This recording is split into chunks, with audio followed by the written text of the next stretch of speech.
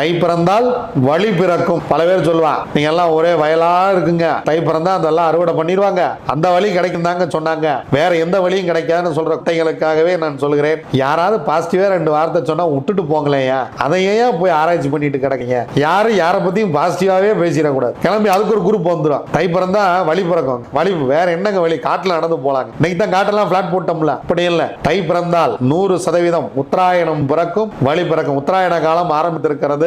ஜோதிடம் படிப்பதற்கு தை மாசம் ஒரு அருமையான மாசம். தை மாதம் மங்களமான தமிழ் மாதம், தமிழர்களுக்கே உரிய மாதம், நவ கிரகங்களுக்கு தமிழன் நன்றி சொல்லக்கூடிய மாதம், தனக்கு வருஷம் பூரா பாடுபடக்கூடிய தன்னுடைய பசுவுக்கு ஏற்படுத்தி உழுகின்ற அந்த பசுமாட்டுக்கு காளை மாட்டுக்கு நன்றி சொல்ற மாதம். நீங்க பாருங்க, தமிழன் மாதிரி ஒரு உயிரினம் உலகத்திலே கிடையாதுயா. பசுமாட்டுக்கு நன்றி சொன்னா மாட்டு பொங்கல் வச்சான், சூரியனுக்கு நன்றி சொன்னா சூரியன் பொங்கல் வச்சான். நீங்க ஒவ்வொன்றுக்குமே சூரியனால் தான் இந்த உலகம் இயங்குகிறது. பூமி தாய்க்கு பூமா தேவிக்கு நன்றி சொன்னா, கிரகங்களுக்கு நன்றி சொல்றான், இயற்கைக்கு நன்றி சொல்றான். இவனை விட ஒரு நல்ல இனம் எங்க இருக்குது?